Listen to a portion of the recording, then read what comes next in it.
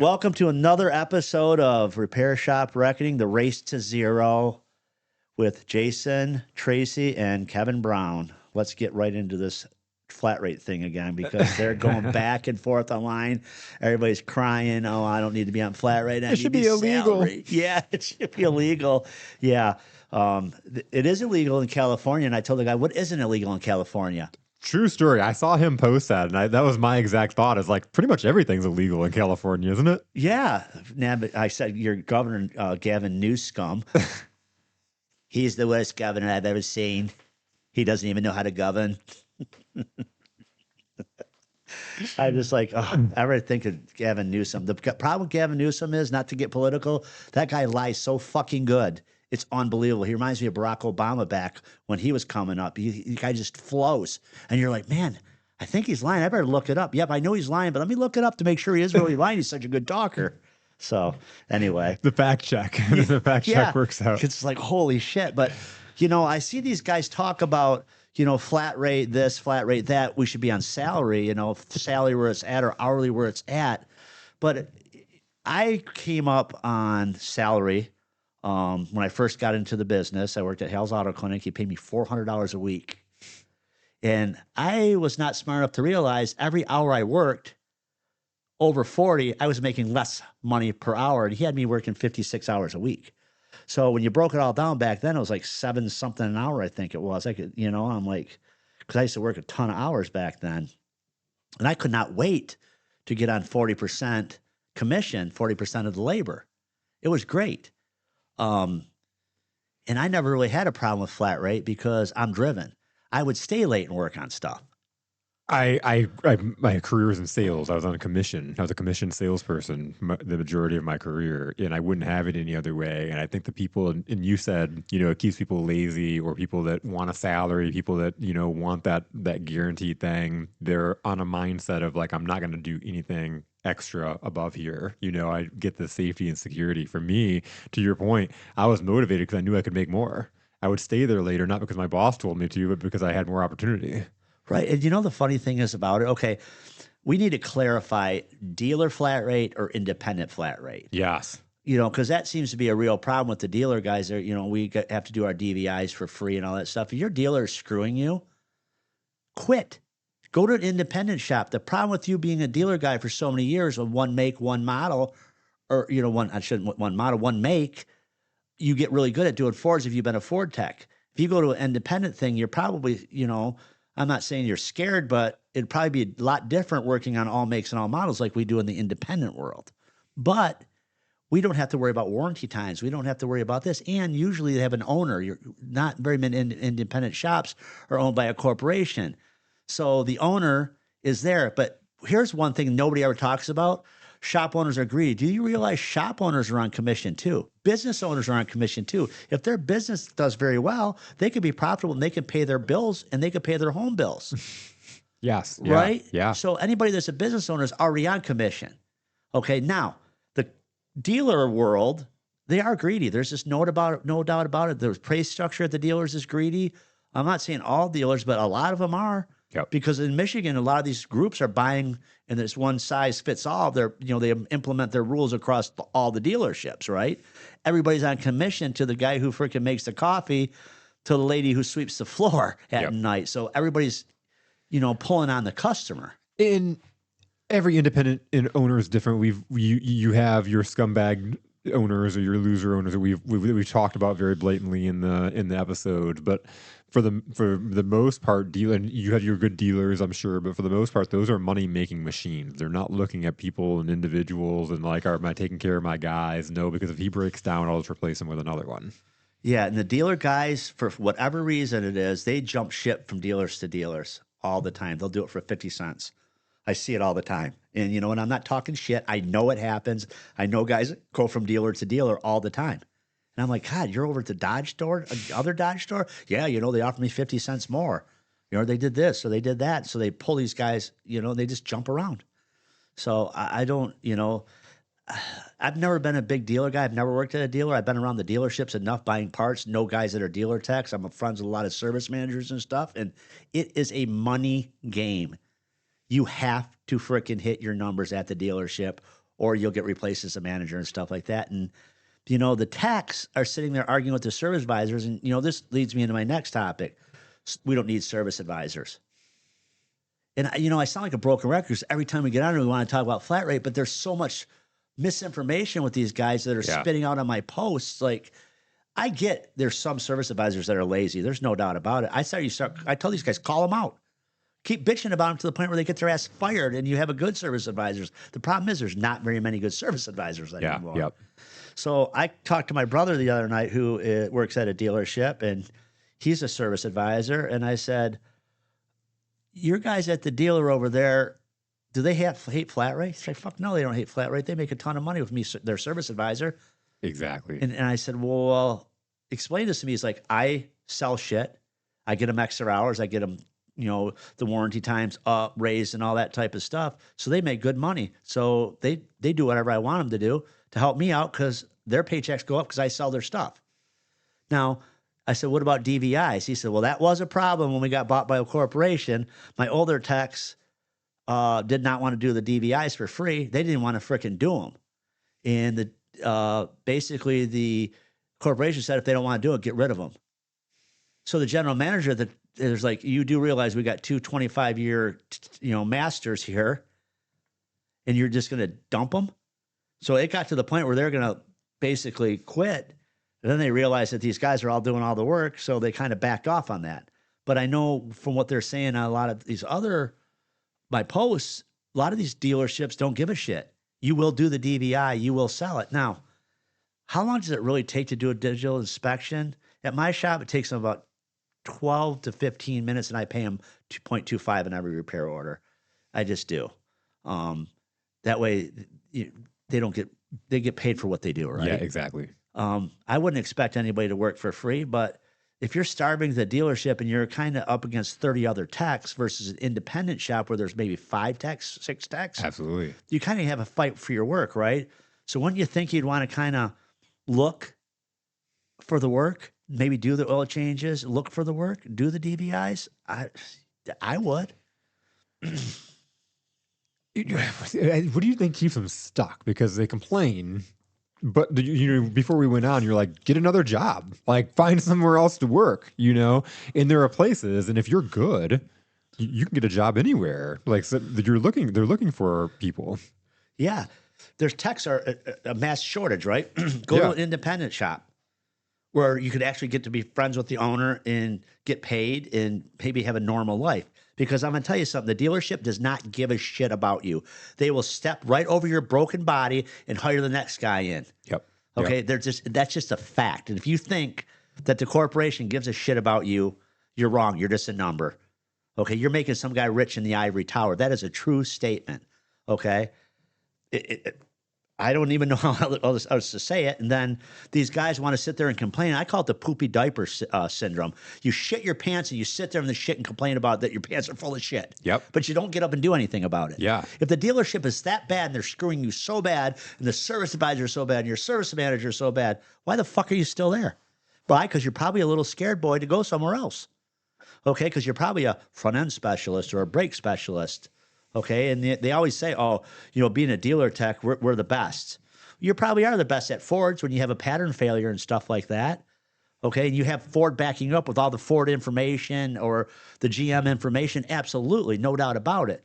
Us out here in the independent world, we work on all makes and all models. We work on a ton of different stuff. I consider that a real mechanic. Yep.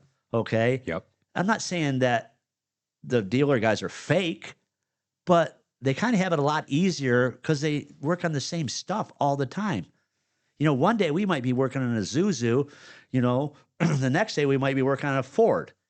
Okay, so we have all these different information systems. We have to use all these different softwares and all these different scan tools and stuff like that. So there's a lot more that goes into what we do. Then people are like, well, you shouldn't be as much as expensive as a dealer. We're more expensive in most cases, but we don't do shady shit. We don't have labor matrices. The dealerships, their repair orders, you can't even read them. That's by design. Yeah. It's kind of like your insurance policy. It's by design that they confuse everybody, okay? Our repairers come with, you know, you approve them, you have pictures, we have descriptions, we lay everything out in the independent world. I mean, and another thing is too, the service advisors and stuff like that don't really necessarily have to be technicians. And that's another thing. Do you see that we're arguing about? They're like, we don't need service advisors. If you're a flat rate technician, and you're up against 30 other guys everybody's trying to get the work at the dealership, right? Why wouldn't you sit down and take the time to write the story? Use ChatGPT or something to write the story so the service advisor does have a better chance of selling the work. Ain't my job to write this. Ain't my job. And it's really crazy how many people respond to these comments and literally say it's not my job. Like, and good, just keep being fucking broke then and complaining about flat rate because that's the problem. No, you're the fucking problem. Yeah, exactly. So why wouldn't you sit down and give the guy the information to sell your job? Well, it's not my job. Well, but the service advisor sells the work for you, and what do you get out of it? You get work. So you kind of do want him to sell it, right? So why wouldn't you help him? Okay? And if he doesn't go, he's not selling it, he's not offering the stuff, go to your service manager and complain. Yeah. Okay? Yep. But don't get on social media and complain about, I need to be on salary. I will tell you what salary and hourly does. It makes people lazy. Absolutely lazy. I don't give a shit what anybody says. I've been on salary. I've been on hourly. Okay? I've never been a lazy guy, but when I was on salary, it didn't really bother me if I was doing an engine on something. And when I was coming up, we used to do like engines nonstop. If I had an engine, it was 5 o'clock, and I'm like, I could have this thing running an hour. I'm like, peace out. Peace out. I don't give a shit. I get paid the same thing. But what happened was when I was on flat rate, I would think to myself, I was on commission back then. I would think to myself, well, if I finish this one, I could start on the next one. I could probably have that one done tomorrow. That means my paycheck will be double or, So I always wanted the money. I always wanted to grow. Yep. Okay. Yep. Well, you need a guaranteed paycheck. No, you need to learn how to fucking manage your money. Get on Dave Ramsey, because Dave Ramsey gives good advice. Well, and it's a mindset too. My brother owns an insurance agency, and there's a long time ago he told me this like interviewing process that he does, or just a question or a thing that he does to weed out the people that he wants. And you'd say, "All right, I have 2 payment plans." He's like, one plan is very heavy salary with a very little bonus, performance bonus. The other is a very little salary and very heavy performance bonus. Which one do you think you prefer?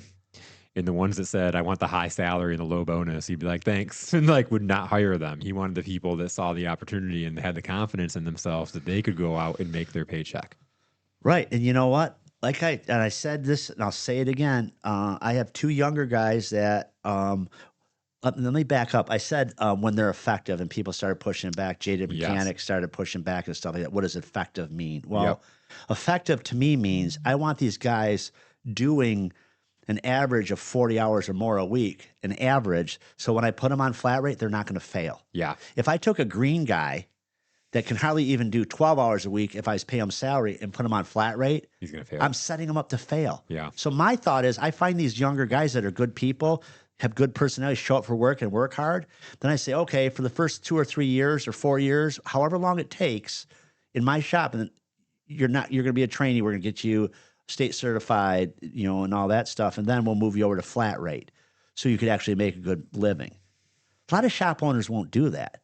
So when I say they're not effective, I mean they're not hitting that 40-hour mark all the time, or even 30, right? Yeah. So when I call them they're effective, when they're doing 40 plus a week, that way they can make good money. And I wanted them to make good money. I'm not going to take a guy and put him on flat rate that's going to crash and burn. What's that going to do? It's just going to cause chaos in my shop. Yeah. Okay, so that's what I call effective, and all these guys sit there and talk about, oh, there's no money to be made on flat rate, and I don't remember who did it, but the guy was talking about he sold a job, and it was making noise in the back end, and he put sway bar links on it, and the noise was still there, and then he realized that it was a bearing on the actual bar itself, so it was a sealed bearing, but he drilled a little hole in it and filled with oil, and the noise went away. And he said, I consider that a fix. Well, if you're on flat rate, number one, you should have sold them the links, the bar, and the bearings for 2 reasons. Number one, that's what it needed. You just put a Band-Aid on it, number one. Yeah. Number two, you just cut yourself out of freaking labor if you're flat rate. I'm not saying go out and rip people off, but don't hack the shit together. Okay. You're actually ripping them off by patching that stuff Yes. up and calling it a fix. Yes. You can't do stuff like that. Okay. So a lot of times you do the full boat. And this is why we do the full boat.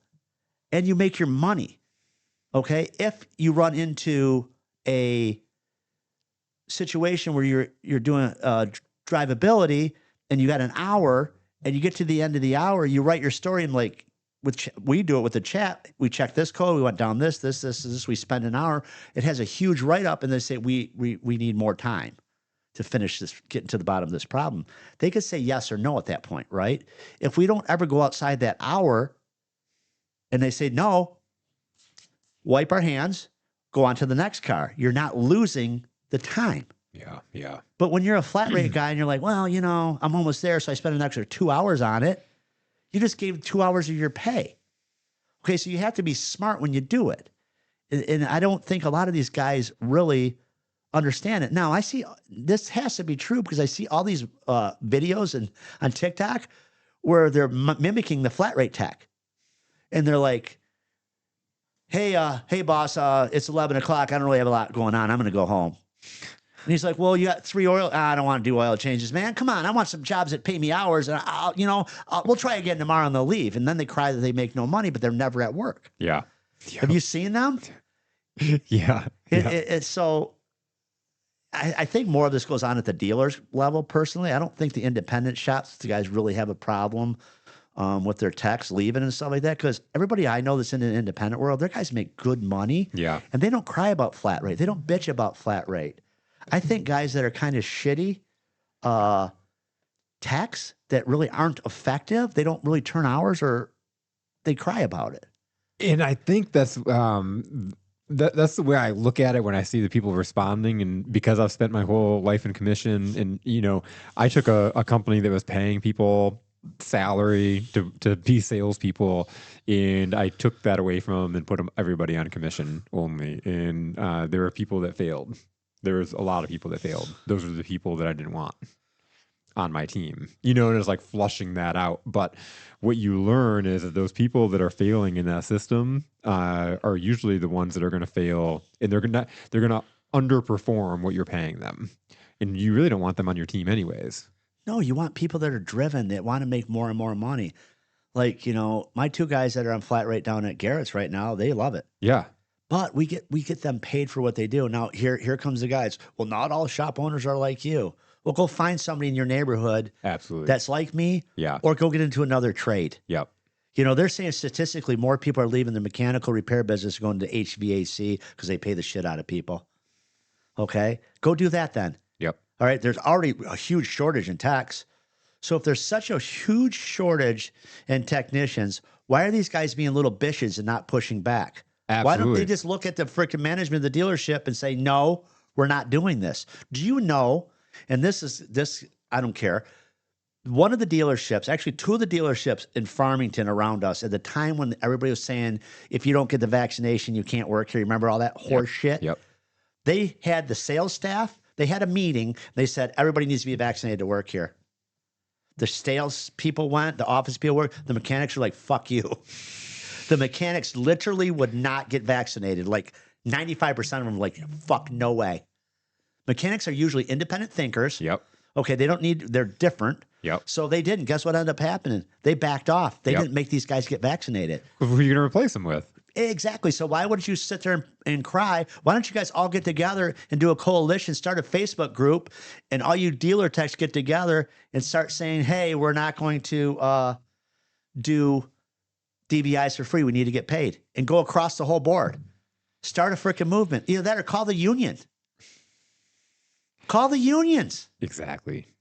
It's realizing that they have some power with that. And again, what are you going to make them do? Right. And the unions will probably, make them hourly, Yeah. but whatever. But my point is, fight back. I always tell my guys, if you got something to say, come and say it to me. If it's valid, I'll listen and go, holy shit, I didn't think of it from that angle. If you're full of shit and being a baby, I'd tell you you're full of shit and being a baby. Yeah. I hear it all the time where these guys are sitting there whining and whining and whining. Do something about it. if you're on commission, you're on sales. I know there's a company around here that they were talking about taking all their sales staff off of commission and putting them on salary because they're all making too much money on commission. Okay, you might have your numbers. This is where this is not a commission problem. This is you now got to dive into the numbers of your business and understand if they make sense. Because if you've got the formula figured out right and your costs broken down, you can figure out what to pay your people and not break the bank. There shouldn't be any way that you're paying your people on commission and you're losing money. You should be making more money.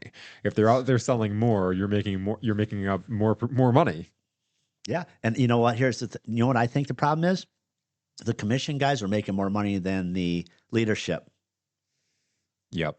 Who cares? Who cares? You know, you go sell something for $1 million. I look at it as $1 million sale. Yeah, you get your commission, but you're out there doing it. Yep. If I put you on salary, you might not freaking close a sale. You're going to go golfing because what does it matter if you close it or not? What does it matter? And this is the thing, in salespeople anyways are crafty. They're free thinkers a lot of times. And they're like, they will test the fence and figure out the things. And if it's just salary, like they'll go home. Yeah, why bother, right? Yep. You know, the other thing is too, with these people that don't think service advisors are necessary, most mechanics can't spell or punctuate. Sorry to say it, I'm one of them. Yeah. Thank God when autocorrect came out, now the chat GPT is there. I'm a fucking genius when it comes to writing, right? We all are. Yeah, exactly. But we live in a fake world as a chat GPT, honestly. Yep. But these guys can't write. So there's a lot of reasons we should have a service advisor. They're not glorified, you know, and because you see that one guy's like, you know what? We don't, service advisor, who gets the rewards? Who gets the bonus? Who gets the gift cards? The service advisors. What do the techs get? Nothing. I said, well, it sounds like you're jealous. You should become a service advisor. Well, I would never do that job. So let's go into the thing. You're a professional technician. You're a flat rate guy. You're Billy Badass, Tommy Tough Knuckles over here. And you do a job and you leave something loose and it comes back. Does the owner of that car, does the customer come out and start motherfucking you as the tech? No. He starts yelling at the service advisor like they personally went out there and fixed the fucking car, right? It's so funny, but yeah. Yeah, but when there's a good review, the service advisor gets a good review or the service advisor gets a bad review. Yep. So I personally think, and I believe this, I think the hardest job in a repair shop is the service advisor. Because they have to take all the good, they have to take all the bad, they have to find the part, they have to deal with parts people, they have to deal with customers, they have to deal with whiny ass bitchy techs, all that. You know, I think that's a big problem in our industry. I think the service advisors get paid for what they're worth. If they're on a piece of the action, they're selling the stuff, they're making money, but they also take a lot of shit. Yeah, absolutely. And turnover's huge on service advisors. So, you know, that's kind of where I'm at on that. We kind of jumped all around. But on my list, you know what I mean? Yep. I do believe salary makes people lazy, and I don't think taking these technicians and putting them on salary is a good thing because I think that you get no drive. I agree 100%. So I'm sure we're going to get pushed back, but I really don't care. I've sounded like a Nazi throughout my career. I think that most positions in the world should be on like a commission or on a you earn it basis. We are. If you look at teachers, for example, and if they got paid based on their performance, you would have much better educated kids. You wouldn't have the people that are just like playing out their salary and are non-existent teachers. What about these union guys in the plants? Oh my God. Okay, yeah. So I am friends with a low voltage guy contractor. He does alarms and cameras and all that stuff. He said at the one GM plant, these guys made like a special little hideout hut. That they had a TV, a barbecue, and all that. They would show up for work. Yeah. And they would go in this hut, and they would sit there and watch TV and take naps and stuff. They didn't even work. They were skilled trades. I grew up, my whole family worked at GM. And my uncle was like, he got elevated into like some safety position with like OSHA, it's part of OSHA or whatever. And it was like a core memory as a kid. He would like go to work, he'd drive to Flint, punch in, and then he'd come back and hang out at the family barbecue. This was a regular thing he did every day. He'd go to work, he'd punch in, and then he'd come back home and do whatever he wanted to do. And then he'd go back to work and punch out. Yeah, and you know what? I'm not saying all union guys are lazy. Not all mechanics are lazy. There's everybody in every industry that's lazy, right? Yep. But Let's face facts here. The big three has freaking fostered a bunch of lazy ass people. It's the system will foster lazy people, and again, I've seen it very firsthand in watching my relatives. I've most of my relatives will like go out and like on their break get hammered and then come back to work. Like my stepdad's been sent home for drinking so many times, but he has the union, so he's never going to get fired.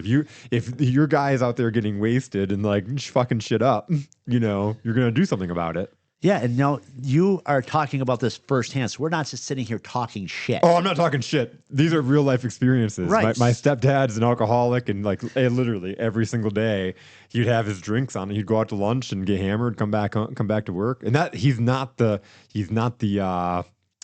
black sheep. He's more the average. Yeah, I know that because my dad worked at Detroit Diesel, and he was the same thing. We used to go to the punch in and go to the bar, do all kinds of stuff, and not go to work. And you look at how many times I've heard that, well, that's not my job. Like they're not allowed to do certain things, even if they wanted to. Like even if you have somebody that's like a hard worker or like I'll take it, I'll take ownership of that. Like it's in their rules, like, no, that's not your job. It has to be this. So there's so much bureaucracy and red tape in order to fucking put a light bulb in. No, I agree with that. And I actually heard stories. I don't know who told me the story that basically came there and started kicking ass. Oh, it was the skilled trades at Detroit Diesel. And the guy came in there as a young guy saying, hey, you're getting way too much stuff done here. Yeah. This should take you like a week and a half, and you're doing it one day. You're making us all look bad. You need to slow the fuck down. Yep.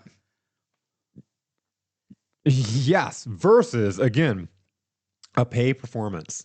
And working for someone that, again, you get paid based off of your performance and what you're doing. I agree. We do. Once again, business owners do, but we're greedy. We'll do this. We do that. We're fucking greedy. No, you know what I think, honestly, one of the problems with a lot of these flat rate guys are they suck at managing their money. Yeah, absolutely. So they live paycheck to paycheck. Yep. Because, the guys that have like a wife that I've known over the years that maybe she's a nurse, a school teacher, they have a solid foundation and, the financial responsibility, the financial literacy. They don't really have money problems. Yeah. It's the guys that are always switching cars, have a motorcycle, have this, have that, and always this, always that. They're the guys that hate flat rate. They're kind of like hired guns that don't like when you're on flat rate, you're going to have ups and down week, right? Absolutely. In our business. But if you manage your money, what does it matter if you make $3,000 one week and the next week you make $400? It all averages out the same. I'm not saying that I'd never struggled on flat rate or when I'm on commission. Absolutely. Same. I was a dumb fuck and I would spend every dime I had. I lived like Johnny Baller. And I tell the story on my first or second podcast where me and my wife, it was Christmas time. And I'm like, so we have no money to pay the bills. We have no money for Christmas. American Express is due. What are we going to do? We were fucked. Because we kept spending and spending and spending, and nobody ever sat down and said, hey, you can't do this. These credit cards will come knocking on your door for a payment, and your credit score takes a hit and everything. And we went through it, and I could sit here and talk the truth that I decided that we need to go through Dave Ramsey, and it was a tough couple of years. We sold everything. He always says, sell everything so the dog thinks he's next. So my daughter's still pissed off about us selling her Geronimo Stilton book collection. Because we sold everything that wasn't nailed down and paid off debt at a record rate in 2 years, and we ended up becoming debt-free. And that's when I realized, like, okay, wait a second. Life is a lot easier if you have a couple $1,000s in your savings account, so when the hot water heater fails, it's not a catastrophe. And a lot of these guys, I think, they chose the profession. They're on flat rate. Make it work or go get out of the profession. Or stand up for yourself and say, I'm not going to do this, And there's also a lot, I don't know how it is, and you can tell me if this is true, but for me, like I noticed patterns, and it was like the definition of insanity. I felt so stupid because I would spend all my money, and then like we'd hit the lull season, like January, February was always rough months. And it was every single year. It wasn't a surprise. I knew January and February were going to suck, but I would spend all my money in the months that were great, like, just blow it. And then all of a sudden January and February come around and it's like, oh shit, I'm starving. And then one day I was like, why am I doing this? And when I know every single year it's this way, why am I not saving better? I agree with that 100%. We put 10% minimum a week of our sales in our savings account at Garrett's and at Motor City. Just that way, rainy day fund. Like it's been been a weird summer for us here in Michigan. There's just people, you heard what the other people I was talking to, they're saying people are just kind of like watching, sitting back. They're kind of watching what they're spending now, where versus a year ago, they'd be like, do it, do it, do it. We don't care. We don't care. Now people are starting to be a little apprehensive and kind of waiting, to sell stuff. So you kind of got to watch your money, kind of budget. Me at home, me and my wife always save money ever since we had Dave Ramsey days. So we always have a savings account. So if something happens, it's not terrible. Nobody wants a catastrophe to happen. Absolutely. Don't get me wrong. Yeah. But when the tax bill comes or this comes, you have the money to do it. Yeah, it sucks, but you have the money to do it. So you're 100% right. Like there is slow months. Between Christmas and New Year's is always horrible.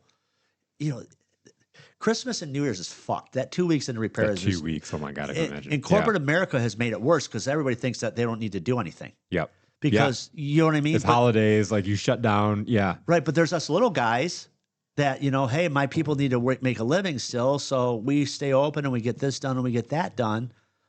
Which I think, honestly, talking out loud now, corporate America is really fucking shit up. And, the corporations are. The greed. And I agree with that 100%. Absolutely. The greed on these people and what they're doing, like how they bought all the collision shops, like Caliber and Gerber and all them. And they're doing the collision industry. And that's a mess.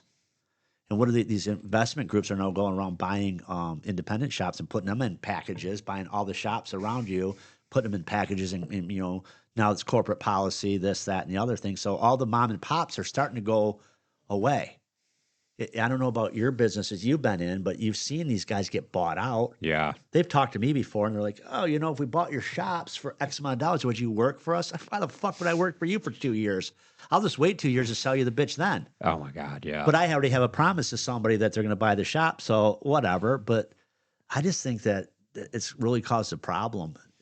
Oh, for sure. They come in and they dictate and they change, and now you're competing against them. And then guess what? They can drop their prices. Yeah, and they have big, deep pockets. Yep. So, that's really hurt. The credit card companies are another one.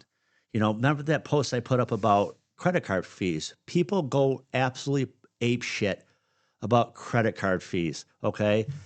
Around us in Michigan, pretty much everybody charges a credit card convenience fee. Yeah. Visa and MasterCard guidelines in 2023, you're not allowed to charge over 3%. So you can't make money. They're the only crooks can make money.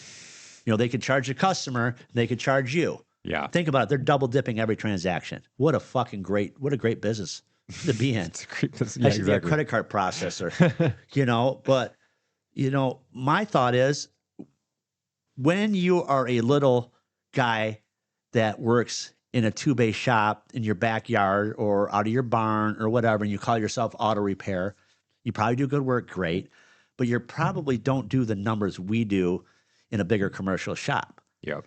So at the end of the month, when somebody pulls $5,000 out of your bank account for credit card processing fees, that's a lot of freaking money. Yep. Okay.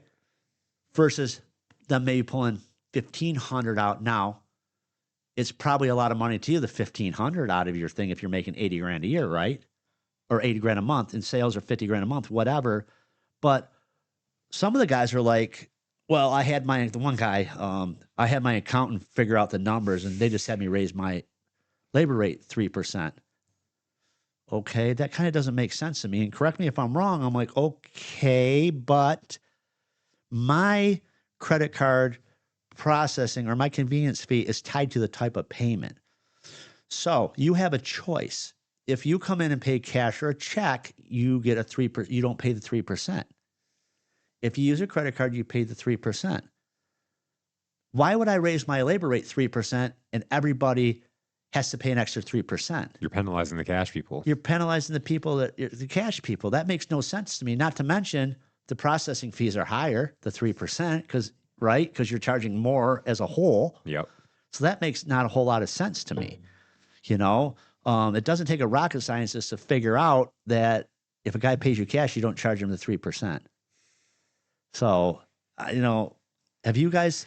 I've never heard that logic before. Like that's so dumb. The whole just a 3% across the board. Yeah, I don't get it. And I see I've been paying attention because I started this 2021. Started charging the credit card processing fee. Now, what it does, now the programs, they come out like Shopware just came out where Payment 360, they are crediting me the 3%.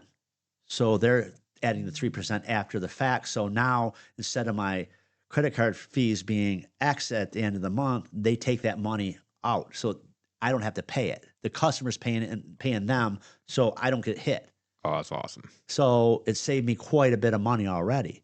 And then people are like, well, you don't realize it's a tax write-off. We'll just say an easy number. Out of $10,000 in sales, you get to write off 25% of it. So you still lost $7,500 in credit card processing. Okay, it's not a zero-sum game. It's not like you get charged $10,000 and you get to credit $10,000.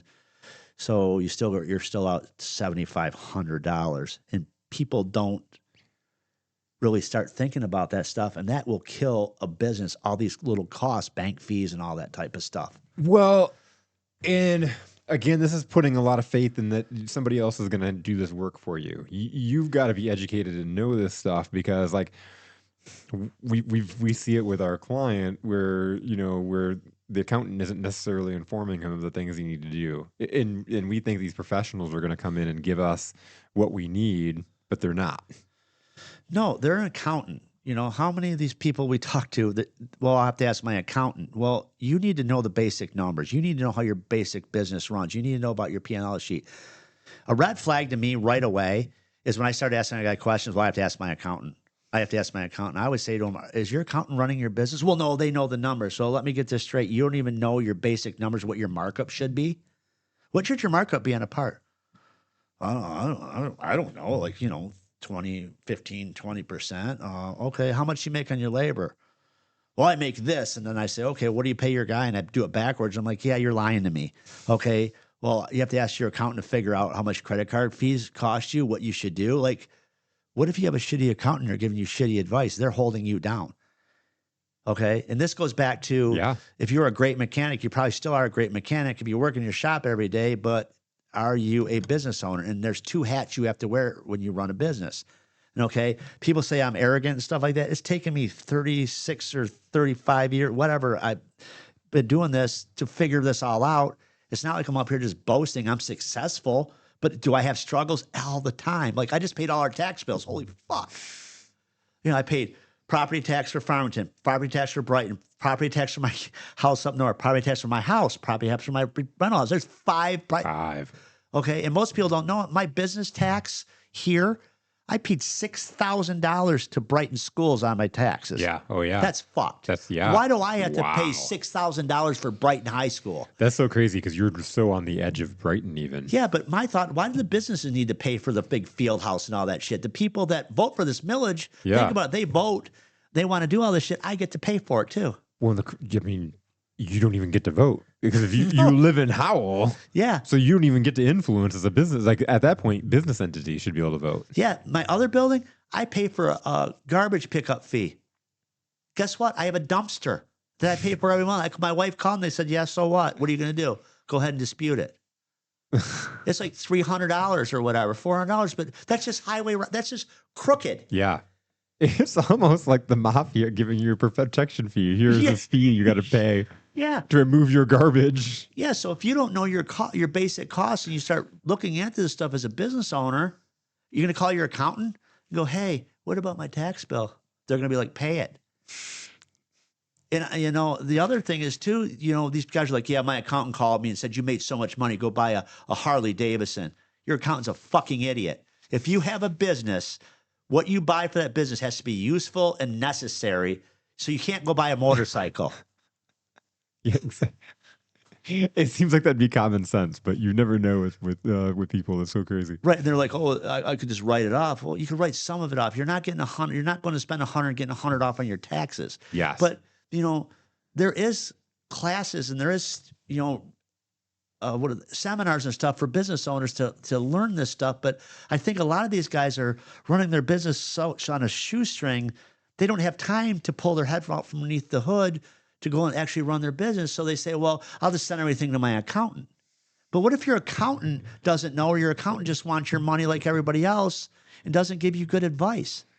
How many things have we seen with the people that have reached out to us that there are companies that are just charging them like a gym membership on auto pay, and the client doesn't even know what they're doing? Like a marketing team, for example, that they're paying monthly that they don't even know what they're doing. Oh my God, these marketing companies that they just basically, I think their business model is it's like Planet Fitness. Yeah. It's $29 a month. Yep. And if you don't come, it's not enough money to really bother you. Yep. So you're just like, fuck it, right? Yep. Then they watch you. In the first few months, you don't call. You don't know if you're getting results or not. So you don't start pushing on them. So they don't even freaking do anything. Yep. They just keep charging you and they just stop. It's kind of crazy. It's crazy. I feel guilty if I don't do exactly what I say I'm going to do, like Johnny on the spot. Like, well, and that's what, we're talking about, like the results that we're getting. And I said, I would pair us up against any consulting team out there, because it is like obsessive about getting the results. It's not just somebody's paying us and we're happy with just getting the money. Like, no, we want to see movement. no, and you know what? We've actually told some of these people to get lost and broke our relationships with them because they won't do it. They want to argue. Yeah. They call you, you sign up, they sign up with you, they're broke. And then you say, okay, you need to do this, this, and this. And they're like, why? You're like, because I know what I'm talking about. You hire me to tell you, so I don't think that'll work. After the third or fourth time, what was the one guy? We're like, get lost. Go fucking waste somebody else's time. I don't need your money. Yep. And that's the thing. Sometimes I think these people think that they're going to give you money and then they own you. Yes. Yeah. Yep. You pay me to tell you the fucking truth. Yep. And you suck at running a business. But I'll tell you what we can do. If you listen to what I do, I will teach you how to do it because that's what you're paying me to do. They don't even, they want to argue with you. It's like, get lost. Yep. I don't need it. And I told you that the other day. I'm like, man, I'd rather have 2 or 3 good clients that do what they say so I could actually get results from them. That's exactly so it. I feel like they're getting something for their money versus these other asswipes that want to call and argue with you. If I want to argue, I'll go fucking call my wife. It's the worst in the coaching and consulting space where people are just giving you money and then there's no progress, there's no movement. They're not going out and doing the things. You feel like they're just giving you money, and I don't want that auto pay gym membership. Right. And the other thing is too, what we learned, you got to have a guy. You got to have to have an accountant that you refer your clients to, that you can trust, that they will do a good job, which I do. You have to have a marketing guy that knows what he's doing. So you actually refer these people, so you're not walking them into the freaking slaughterhouse. These people will actually do what you say. And I'll tell you what, marketing companies are usually the biggest ripoffs around. Yep. Okay.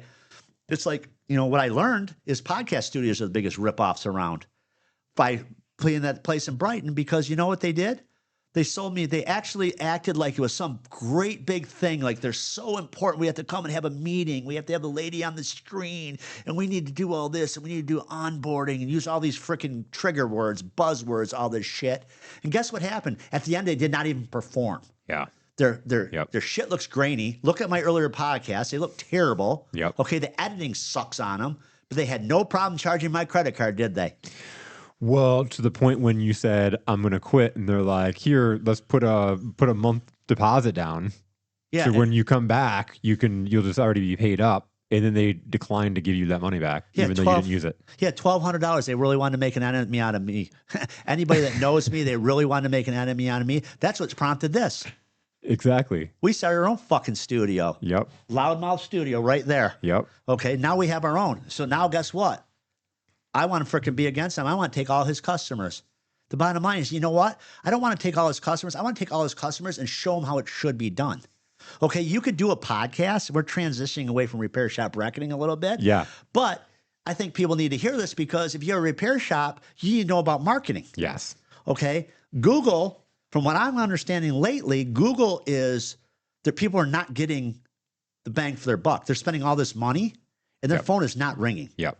And I will tell you something.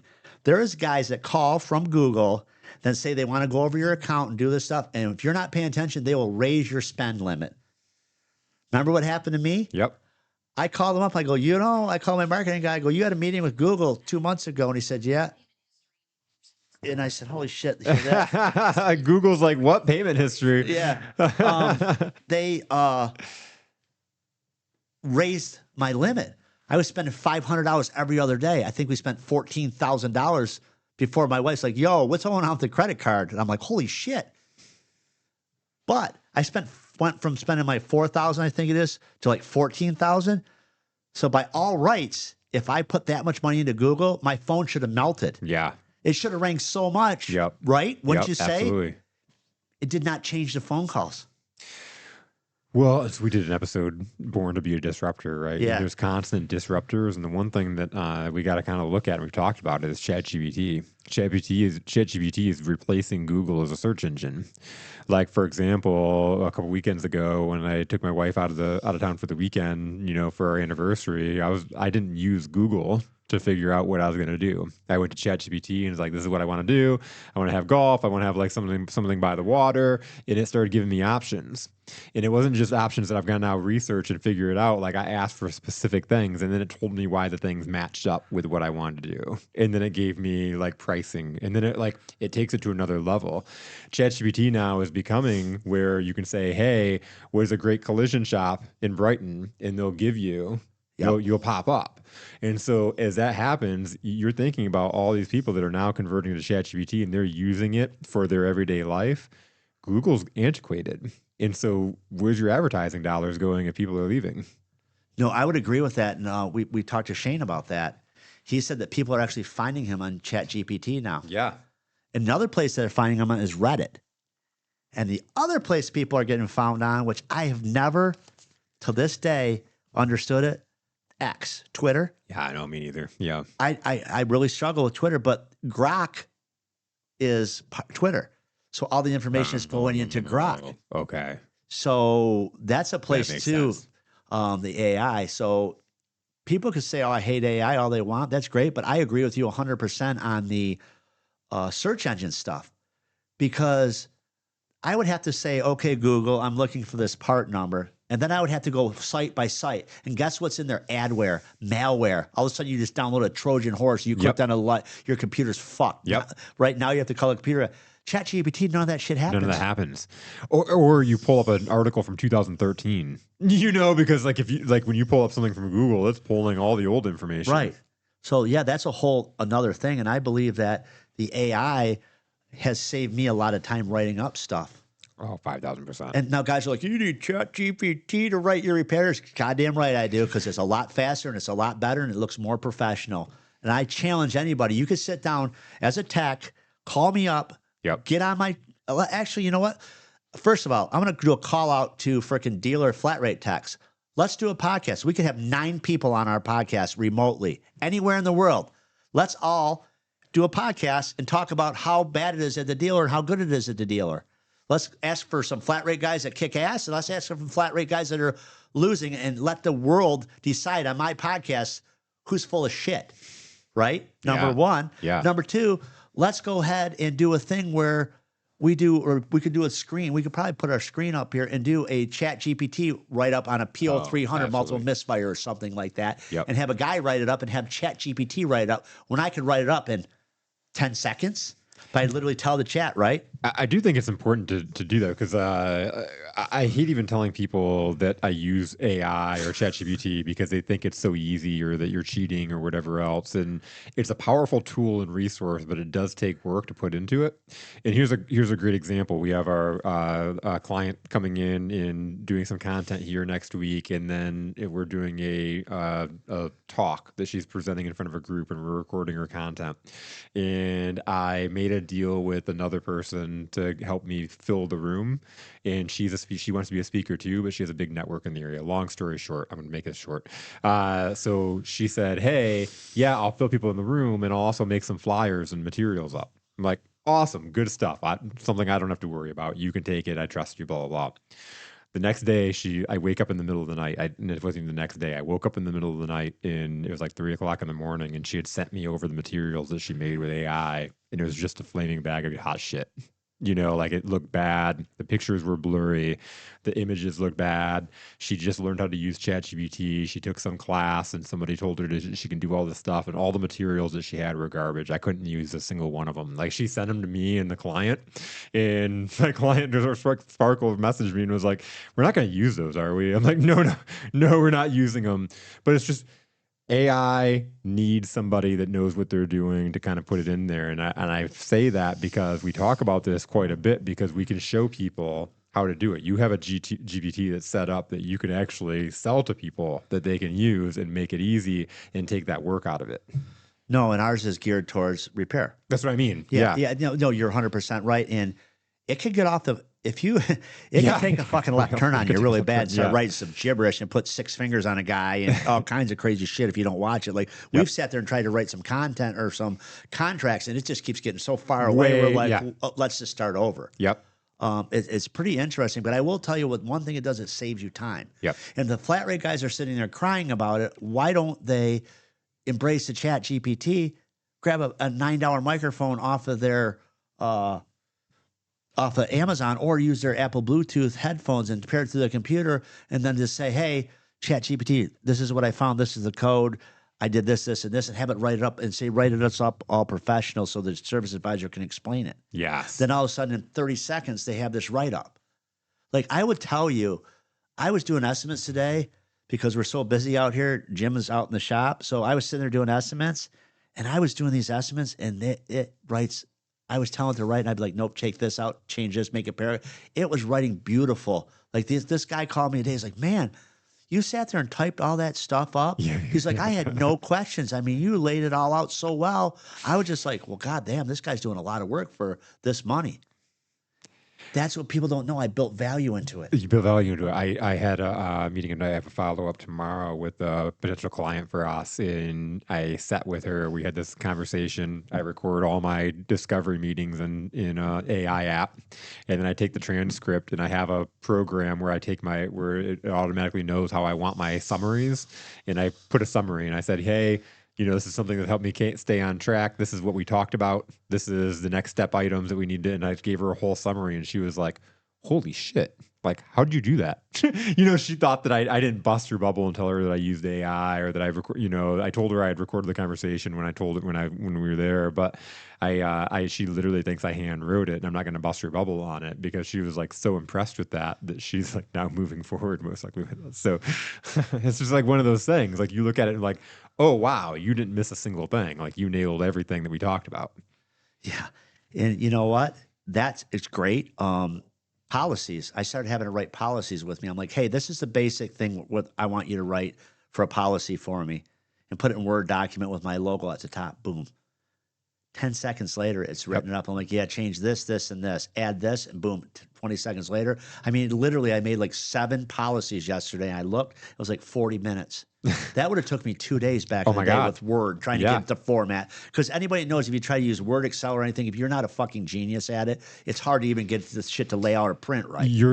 What I find with creating policy or procedure is that it's spending most of the time just trying to get it into the right format. It's not the actual creation of the procedure itself. Yeah, and so another thing, there's a guy on TikTok, Lucas from Richard. Okay. I told him the one piece of advice he gave was bullshit, he said Dave Ramsey. Yeah. But I also commented several times on his other stuff that he's dead on. One thing that he's dead on is policies. Let your people know what's expected of them.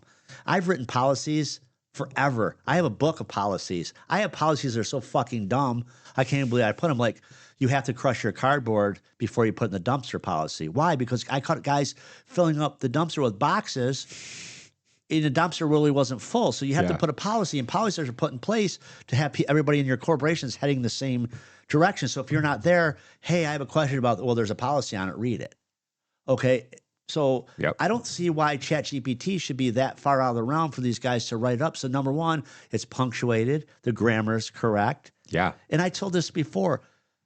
If I go to write up a repair order like a normal, aren't our spark plug has misfire, whatever. They say it all stupid, right? You read it, you're like, as a service advisor, you're like, oh my God. What if they put up, I have a V10. Hey, chat, I have a V10. It's got multiple misfire. The spark plugs are wore out. Write me up something nice for the customer to read about the spark plugs and make it so the customer can understand. All of a sudden, there's 9 sentences about what happened from start to finish. And the customer's like, wow. Wow.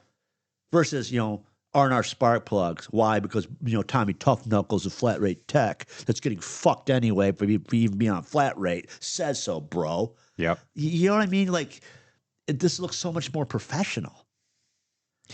It does. And again, if you make your work look really easy, like you can just do it with no problem, people do think you're ripping them off with your price. Yeah, that's an excellent point.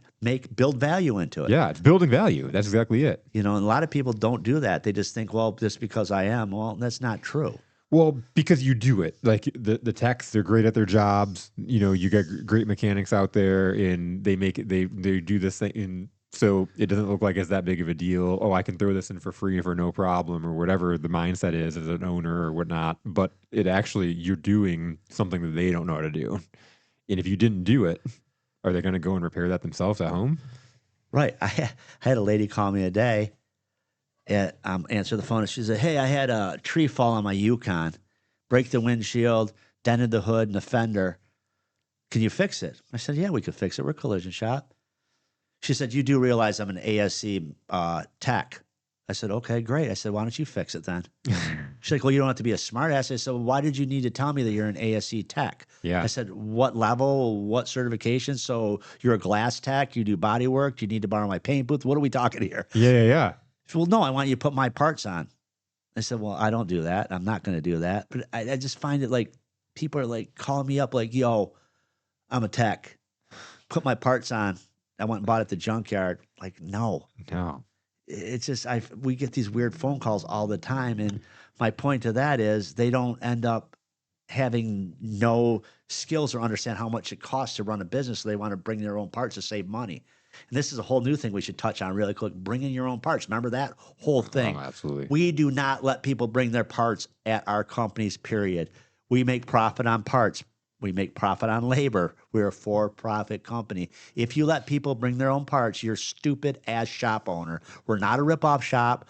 We're a business. You don't take your hamburgers to Wendy's. You don't take your pancakes to the pancake house, right? Yep. You don't take your own license plate to the Secretary of State and ask them to stamp it so you can save money. We're not here to save people money. We're here to make money, right? We're also here to make enough money to warranty stuff, take care of our clients that are good clients. If we screw something up, we could afford to pay it.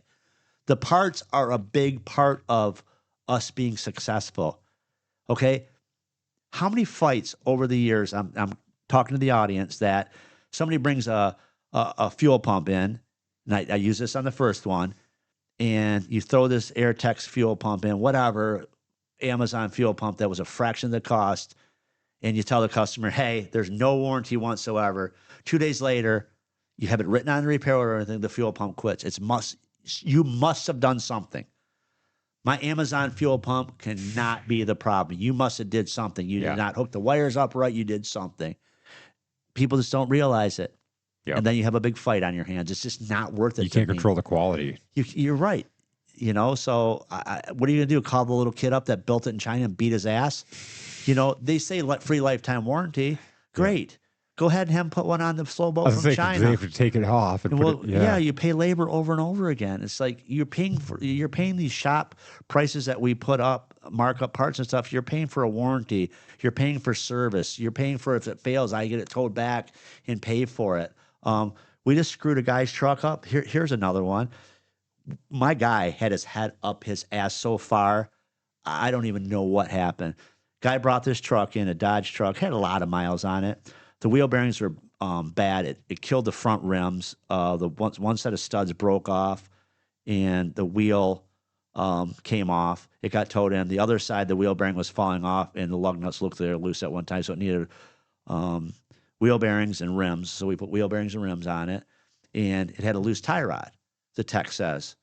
Well, the loose tie rod the nut was loose on the tie rod, and there's no cotter key in it. So my tech says the tie rod's loose, and somehow it got declined, and my guy doesn't put a cotter key in it. So the guy drives it home, and the freaking tie rod falls off in his apartment complex. So I get a call, and they're like, "Hey, the tie rod fell off my truck." And I'm like, we didn't do tie rods on this. Then I look at the declined thing. It says, tie rod nut is loose, need to tighten it, declined. So I'm like, telling my tech, I'm like, "What the fuck? You didn't even put a cotter key in?" I don't even know why. I said, "I do. You're fucking had your head up your ass." I had the tow company go and pick it up. We towed it. No, the tow company towed it from the one side of his apartment complex to the other. It was $250. When that happened, Jason, I wasn't there. Jason sent Nick and Lincoln over there. Nick and Lincoln went over there with a tie rod, screwed the tie rod in, put it on, drove the truck back, aligned it, and then took it back. Me and Nick took the truck back to the guy, and I paid the guy the $250 for the tow. I said, I apologize. We screwed that up. I don't even know what to tell you. I didn't know how, but I will tell you, we screwed this up. The mechanic already got in trouble. We fucked this up. If I didn't have the money from charging up parts and stuff like that, what would I have told that guy? I would have burnt that bridge. I would have got a 1-star review. They won't take care of it. They don't stand behind us. Now, let's fast forward to this weekend. I get a text message. Here I am from the same guy. Here I am sitting in Detroit. My battery cable's broken. First thing I do, I we're up north. I'm like ready to throw up, right? Oh, I set my beer down. I'm like, here we fucking go. man. Pull out my phone and look. I'm like, we didn't even do anything with the battery cables there. So I messaged the guy, we didn't do anything. He's like, yeah, but you should have known it was going to go bad. I'm like, listen, bro, we Come fucked on up now. the first Yeah, time. yeah, I don't own your truck for the rest of my life, your life, that it breaks. So sorry about your luck about your battery cable. This is not on me. Yeah. You have to Yeah. kind of know when and not, but that's where documentation comes in.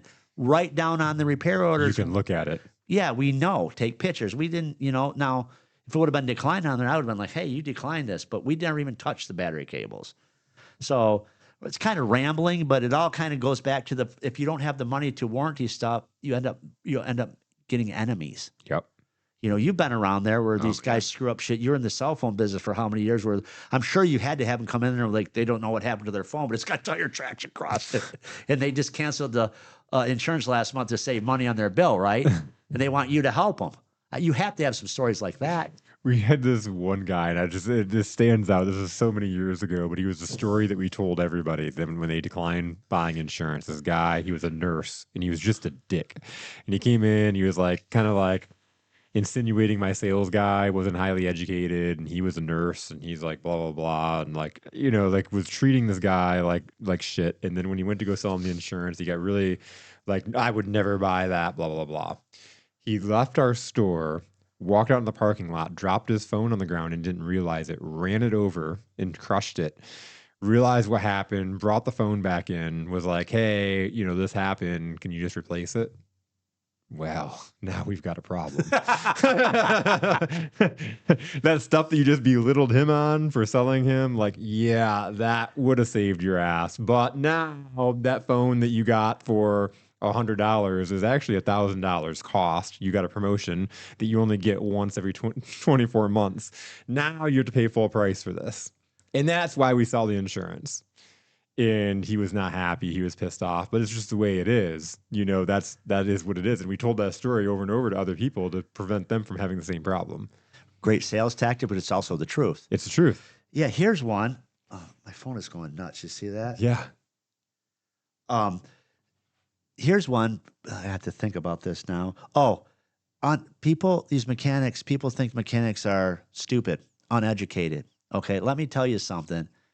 Mechanics, most of them are some of the most brilliant people because they can fix shit. They think different than everybody else. So think about this. There's a shortage on techs. These guys are smart. The thing that misses to me, the balls. Not all of them, but why don't you guys start standing up for yourself? Start standing up against the dealerships that are screwing you over or your boss. Go get another boss. If there's such a shortage, how can they get fixed cars if you don't have mechanics or techs because you've pissed them all off? Start standing up for yourselves. Yep. Well, that's easy for you to say because you own your own shop. If one of my guys came to me and said, hey, you can't expect me to do this for 5/10 or an hour when it's a 3-hour job, I'd say, you're right. Let's see what we can do. I'll tell you one. There was yesterday, Phil, for some reason, decided he needed to rewrite one of the tech's labor operations. So it was a Ford Econoline. It had some camber problems. It was, by looking at it, it looked like the springs were sagging out and the thing was pulling. So Jason writes it up for front end alignment. And he says, and he puts a note in there, probably will need cams or coil springs, but I need to put it on the alignment rack to see what's going on. I need an hour. He decides that he needs to change it to 1.5 and go ahead and put the cams on there. So Jason gets the repair order back to me, and I'm at the shop yesterday, and I'm helping them guys because they're busy. And he's like, "Look at this." I'm like, "Why the fuck did you write this up for an hour and a half to put cams?" And he's like, "I didn't. Our shop program has a log. Anything that gets changed, it's logged by who changes it." Oh, that's cool. So I go, "You need to walk up to him and ask him what the hell's going on here, because that usually right there's another 3 hours on top of the alignment to do the cams." So the tech's like, "Well, Phil's like, well, I just thought I would just go ahead and take care of that in case we did need it." And he's like, "No, you don't even know what you're doing. Why would you rewrite that?" So that's the kind of stuff where you got to catch your service advisors and walk back up there and go, "No." Because they will screw your flat rate. Because they will screw your flat rate guys. So you need to walk up there and you need to have the balls and go, "Hey, this isn't going to work for me." And maybe you get called into the office, and guess what? Maybe you get fired. And you go get another. There's always somebody, there's a shortage of techs. If you're not getting treated right or getting paid for what you do, go somewhere else. Yep. Find the right place. Find the right place. There has to be somewhere that values, and that goes back to that story about the bottle of water. You buy it at Walmart, it's $1. You go to Tiger Stadium, it's $8. You go to freaking Ozzy Osbourne when he was alive, it was $26 for the bottle, same bottle of water. Yep. So know your worth, right? And that's what these guys sit there and want to cry and bitch and piss and moan. Go get a different job. Go to an independent. You might have to eat a little bit of crow because you might have to work on a Chevy when you're a Ford guy. Okay, but I would be willing to bet you a lot of these guys that are at the dealerships that are really good are not the guys commenting. Oh, absolutely, 5,000%. I mentioned it's the freaking guys that are shitty guys. It's the same thing. I was just talking today to the Mitten Junk guys about the video that went viral about the guy that lied in his job interview and how so many people came to that guy's defense. And I'm like, the problem is there's so many slackers out there. There's so many underperformers that can relate to that guy. And so they're like, "You're an asshole." No, that guy was an asshole. He lied about what he could do, didn't do the job right, and then cried and quit when you confronted him about it. Yeah. And everybody's like, could relate to that guy. That's the fucking problem in itself. Yeah. What was it today that social media blows my mind? Like, I think there's a lot of good teachers out there, and I also think there's a lot of shitty teachers out there. Yep. But I saw something the other day that I kind of really thought was interesting. It was on. I've been watching that show, Boston Legal. Oh yeah, with William Shatner and is it James Spader? I haven't seen it. Guys like Denny Crane and but the school teachers on there. She said, when I started in this profession, I spent 90% of my time with the students. Now I spend 90% of my time fighting off the parents, and that is a true statement. Because when we were younger, if we acted up in school, we were fucked when we got home. We were in trouble. Yeah. Now, when these kids get home, the teacher's in trouble. They get a call from the mom. They get nobody helping them back the stuff up. And I think that's like with these techs and stuff like that. So they need to screw their balls on and go against the man. And I think these school teachers are kind of in a bad spot. I think we have school teachers. There's probably a bad analogy versus techs. These guys, there's a shortage. But the techs can make a lot of money. The school teachers are they're kind of fucked all around. Yeah. I think so too. Yeah. And that comes down. I joked a bit earlier, not joked. I talked about how like I've always thought that there should be like a compensation structure where they get bonus or they get paid based off their performance, and then you really weed out and you have the great teachers. But people would actually want to go be a teacher because you could actually make money if you're doing good. Yeah, and I think a lot of everything in a lot of these different arenas or these industries is greed. Oh, and it comes from the corporations, right? Yep.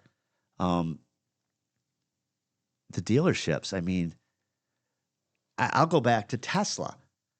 You pull out an app, you freaking pick out the car you want, you do the financing on the app, you do this. You don't get held hostage. Yep.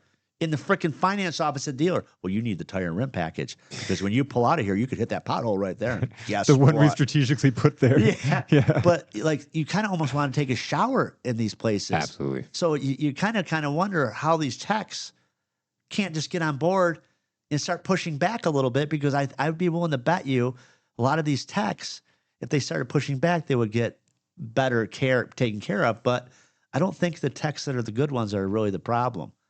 And, one last thing before we end this episode, let's talk about the guys that say, oh, if you're the best tech, you don't get you get all the hardest work and you get screwed and everybody else does your gravy.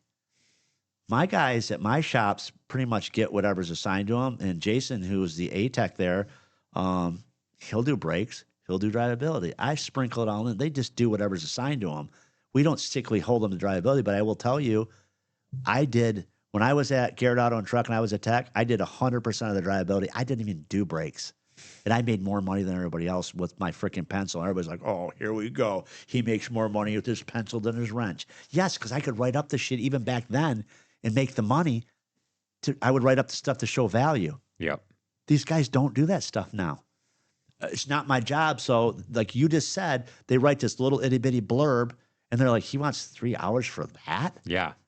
There's nothing making it just looks like shit. I'm now questioning what took you so long. Yeah, Why are you not good enough at your job to get it done in the time you told me? Yeah, one-liners don't get the shit sold. No. I think the stories need to really be Stories, absolutely. driven home. So we'll see.